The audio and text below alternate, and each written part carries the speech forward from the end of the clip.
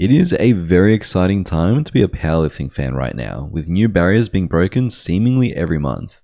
In this series, I'm going to be taking a look at some upcoming powerlifting milestones that I believe we're going to see within the next year, starting off with the heaviest 10 times bodyweight totals. I'm going to be looking at the 6 lifters who I think are going to be able to hit this in the next year. But first, let's look at the history of the 10 times bodyweight totals in raw powerlifting. So the first time this was ever hit was, of course, by Sergey Fedorchenko in the lightest weight class, the 59s. As you would expect, obviously it gets harder and harder to total 10 times bodyweight as you move up the weight classes. So in 2011, the first year that the Russian national championships were raw, I believe, Fedorchenko totaled 600 at 57.3 for the first raw 10 times bodyweight total in tested powerlifting. He then, in the IPF the following year, 2012, the first world championships, he made that official on the international stage. The next time we saw a 10 times bodyweight total was actually done by Jesse Norris, crazily enough, as a 90 kilo lifter. So as a light 93, he in 2014 totaled 914, the legendary number. I just did a video discussing Jesse Norris and his career and how crazy and ahead of his time this was. So I won't go too deep into it here. I'll leave the link to that video if you want more detail on that. And then it took a full decade for that to be beaten. In 2024, Juwan Garrison broke Jesse Norris's record by a single kilo, and he did it weighing 0.1 kilos more. So technically also taking the title for the heaviest 10 times bodyweight raw tested total in powerlifting. Now, Juwan and Jesse's lifts were both done in the USAPL, so under raw tested conditions. However, it was not done in the IPF under international conditions. So let's take a look at the heaviest 10 times bodyweight totals we've seen in the IPF in the other weight classes in between the 59s and the 93s. So as I said, in 2012, Sergey Fedorchenko in the 59s exceeded 10 times bodyweight. Then 4 years later in 2016, another Russian, Sergey Glatkik, crossed the 10 times bodyweight barrier in the 66s when he totaled 670 on his way to winning worlds in 2016. The following year, the 74s crossed that barrier in the IPF. None other than Shell Backlund hit 757 to win 2017 Worlds. This goes to show how much of a legend Shell is. He was the first 74 to total 10 times bodyweight all the way back in 2017. Then the following year in 2018, we saw the 83s cross this threshold, with Brett Gibbs hitting 830.5 to win 2018 Worlds. So for 3 consecutive years at Worlds, from 2016 to 2018, we saw the 66s, 74s, and 83s cross the 10 times bodyweight barrier. And a few years prior to that, we saw Jesse Norris exceed 10 times bodyweight as a 90 kilo lifter. So it seemed like we were on the brink of seeing a 93 total 10 times bodyweight in the IPF. However, that did not happen, and it has not happened yet, although we're knocking on the door of it right now. And I'll go through the 6 lifters and how close they are. But the 93 kilo IPF world record stood at around the mid 800s, high 800s for a lot of years, really up until only the last year was when we started seeing IPF 93s get into the 900s.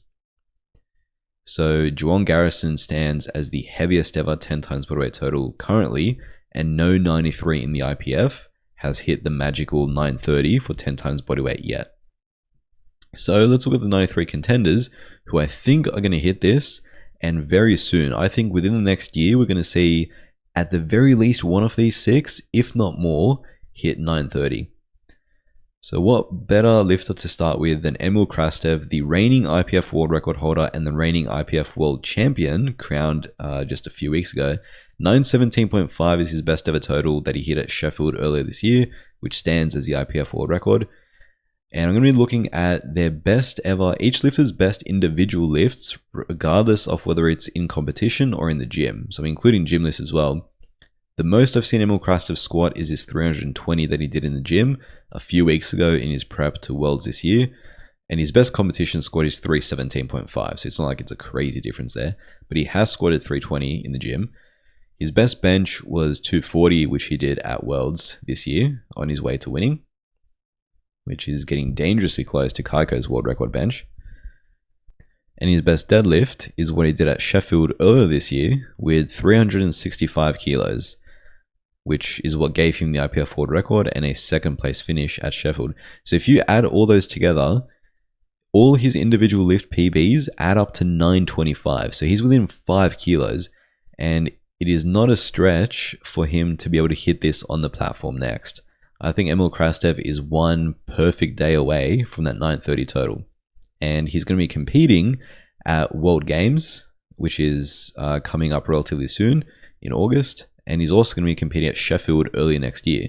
So he's going to have 2 chances in the coming months to hit that number. And Gustav Hedlund, who's becoming a very close rival with Emil Krastev, these two are neck and neck. They've been going back and forth in the last few years as the top European 93s, and indeed the top 93s in the world right now, you could argue. Gustav Hedlund's best total is 915, which he also did at Sheffield earlier this year. And Gustav is someone who trains pretty sub-maximally, so doesn't really hit big gym lifts like other guys like, say, Russel Orhii does, who is coming up on this list. So all his best lifts have come in competition. 335 squat that he did at Sheffield earlier this year. 222.5 bench that he hit at Worlds recently, on his way to a silver medal finish behind Emil Krastev. And a deadlift of 360 also done at Sheffield earlier this year. So adding up his best competition lifts gives him 917.5, which is only 2.5 kilos more than his best total on the platform, which just goes to show what an efficient lifter he is come competition day. But again, I think Gustav and Emil, like I said, they're neck and neck. And Gustav, similar to Emil, I could see hitting 930. He just needs one perfect day to get it. And similar to Emil, he's also going to be competing at World Games coming up soon. He's, at this point, not going to be at Sheffield unless he gets a wild card.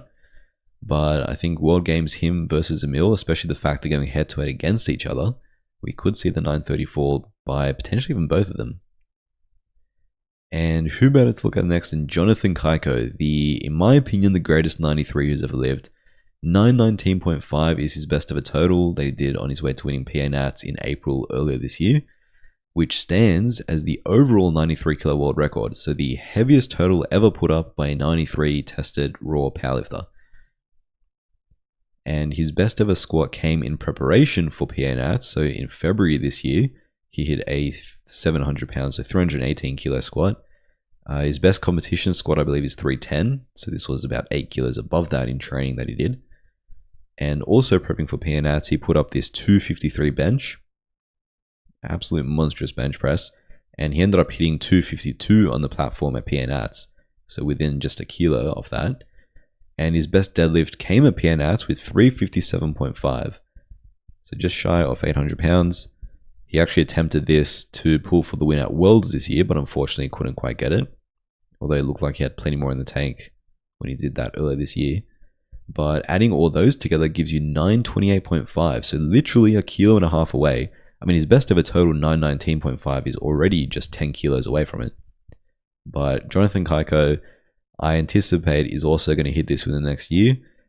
He's not going to be at World Games, nor is he going to be at Sheffield unless he gets a wild card.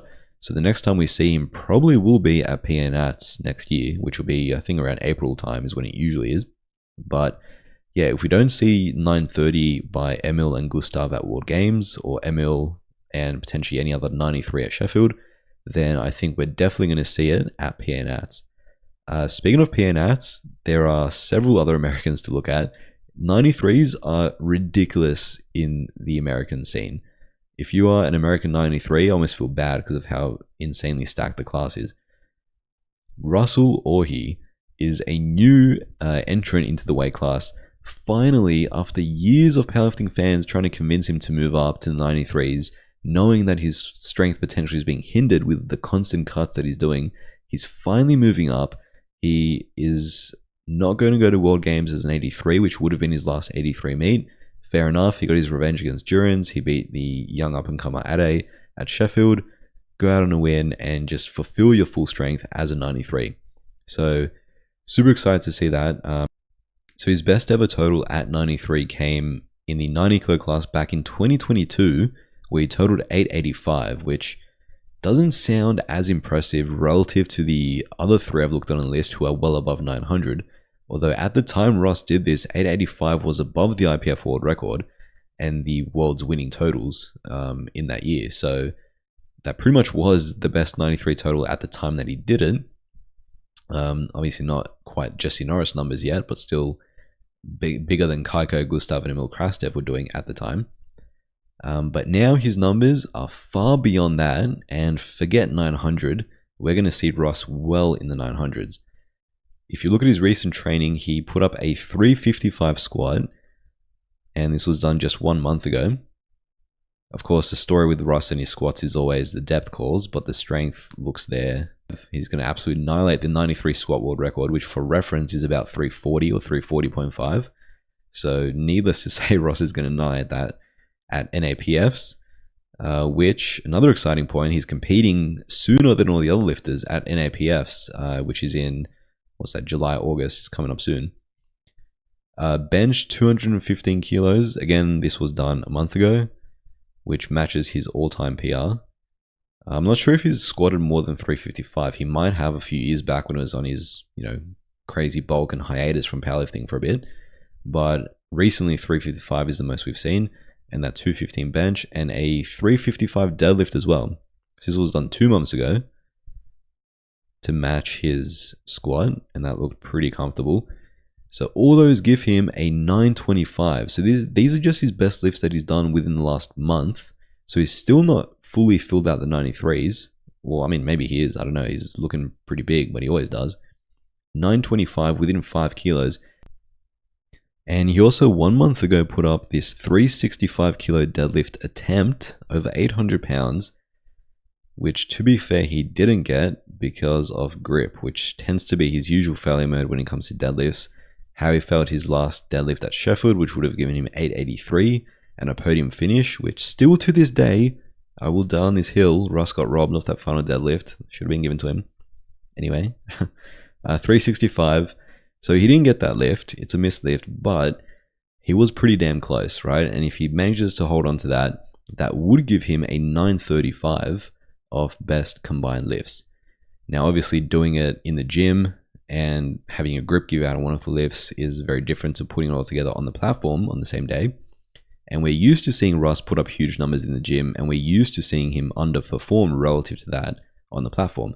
The difference is this time, though, he is not cutting weight anymore. He doesn't have to put himself through a grueling weight cut to make the 83s.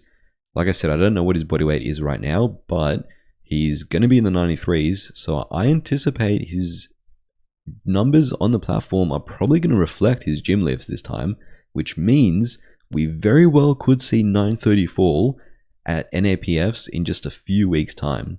So if I was a betting man, I probably would be putting my money on Russ to be the first guy to cross the 10 times bodyweight as a 93. But continuing with the Americans, like I said, they're crazy stacked. It doesn't end with Russ. Brandon Pitre is another one who is knocking on the door of this. So his best total, 902.5 that he hit at PNATs this year to finish second behind Cayco. His best lifts that he's ever done, so a 322.5 squat. He did this at the Silent Worker meet about a year ago in France.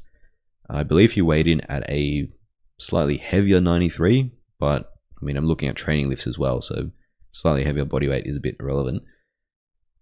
What a grind that was too. His best bench, 215. This came a few years ago, actually. This was at the USAPL Virginia Pro in 2021. There's been a few years since he hit this. Since then, he's hit 212.5 a number of times in competition, including at Worlds, PNATs, but 215 remains his lifetime best. And he was also only 90 kilos back then, so you would think he should be able to get back up to that as a 93. And his best ever deadlift was 372.5, which I think he also did back in 2021, but he did it recently at PNATs earlier this year in April, and that's how easy it looked. It was a second attempt, and he moved like a second attempt. And similar to Russ, he had a missed lift off a deadlift that would have given him a crazy close number to 930. So adding up all those best competition, well, not competition lifts, but best lifetime PB lifts gives him 910. So 910 is, he's still 20 kilos off 930, but it still puts him right up there with like the Gustav, the Caicos, the Emil Krastevs of the world. And especially if you consider this 389.5 deadlift. So Pitre, of course, had the final say in the American 93 battle, at PA Nats, and he loaded up what he needed for the win to beat Cayco, which happened to be 389.5, and this is how close he came. So I think his deadlift strength is clearly more than 372.5, because he gets pretty damn close to locking that out. Just couldn't quite get his hips through at the end. But had he have gotten that, his best combined lifts would be 927. So again, within 3 kilos of the magical 930 number. And my 6th lifter, who I think is going to hit this very soon, is Gavin Adin. Gavin Adin, whose best total is 901 that he did at NAPF's last year in August. He was the first IPF 93 to cross the 900 kilo mark and take the IPF world record into the 900s finally. And similar to Pitre, his best combined lifts gives him a hell of a lot more than 901. So his best squat was 346.5 at PNATS earlier this year in April, which obviously with Gavin Adin, similar to Russ, he has constant controversy with his depth. So in classic Gavin Adin fashion, they red lighted that and then gave it to him on the overturn. His best bench was 500 pounds, 227.5. So this was done in April of last year. I think his best competition bench is 222.5, I want to say. And his best ever deadlift is 350, which was done at PNATS 2024, where he actually missed weight. And that gives him 924. So this is just all his best lifts added together, including a squat and a deadlift that were in competition, gives him 924. So if he puts it together on a perfect day, there's no reason to think he can't also hit 10 times bodyweight. Especially, again, similar to Russ and similar to Pitre, if you take into account a very near miss on a bigger deadlift.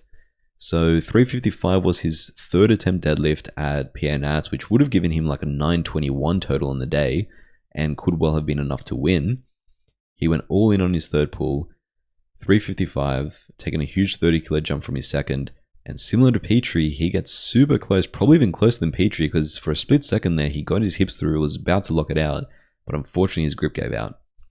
So if you add that 355 into his best combined lifts, which isn't a huge stretch, considering how close he got, 929 is where you stand. So pretty much bang on that 930 mark.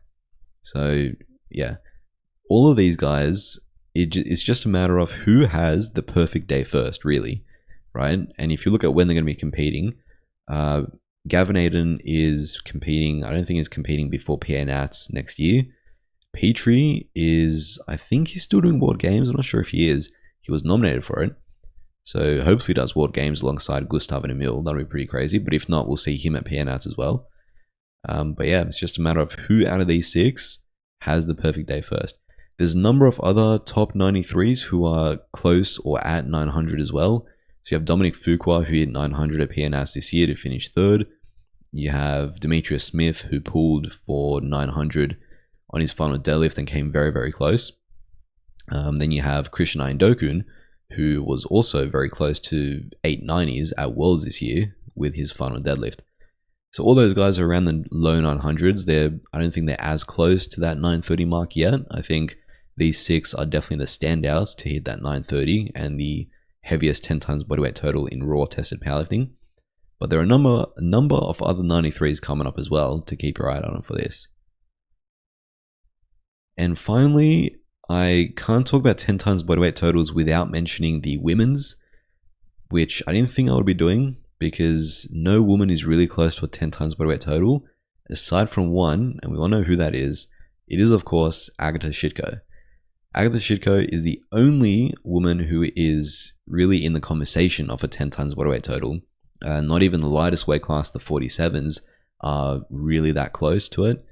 Agata Shitko did 612.5 at Worlds this year to win the 69s, although she weighed in at a very light 63 point something, 63.4, just did a water cut because winning her weight class by 50 kilos is getting too boring, clearly, so she needs new challenges. We're really running out of superlatives for this Polish superwoman at this point, but that is not far off. That's within about 20 kilos of that 10 times bodyweight total mark. which isn't crazy unrealistic because she did that on a 6 for 9 day. It was far from an ideal day. She missed her second squat, retook it on her third, missed her third bench, and then passed on her second deadlift and came back and got a third in.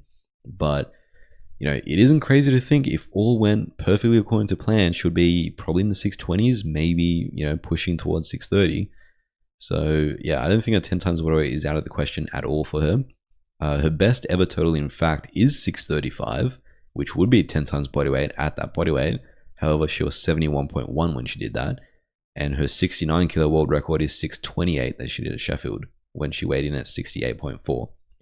So I think she's only really going to be capable of doing 10 times bodyweight if she continues to cut down to pretty much a 63. However, I don't know if she's going to continue to do that. I think from the sounds of things, she's probably not. And she's going to stick to 69 and eventually moving back up to 76. And then beyond that to finally face off against Amanda Lawrence in the most hyped showdown in women's powerlifting history. But yeah, Agatha Shitko is definitely the only woman who I think has a realistic chance of hitting this. Although whether I think she does or not depends on how much more cracks she wants to give at doing water cut down to 63. But there you have it. That is an upcoming powerlifting milestone that I think we're going to see for sure amongst the men's side. The 10 times bodyweight total fall in the 93s. Let me know if you agree and let me know who you think out of these 6 is going to hit it, or potentially even someone else.